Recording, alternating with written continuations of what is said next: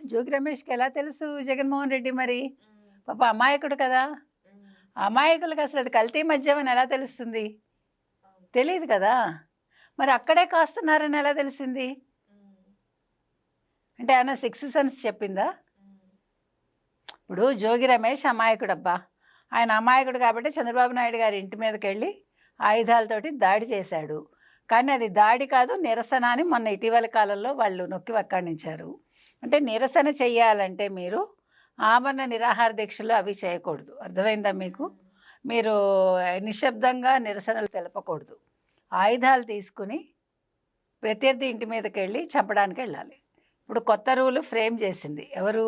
YCP. హ్మ్. అలాగే ఇంకో కొత్త రూల్ ఏంటంటే, జోగి రమేష్ లాంటి వాళ్ళు ఎక్కడెక్కడ నకిలీ మద్యం కాస్తారో హ్మ్. వాళ్ళకి తెలుస్తుంది. ఎందుకంటే వాళ్ళు చేస్తారు కాబట్టి.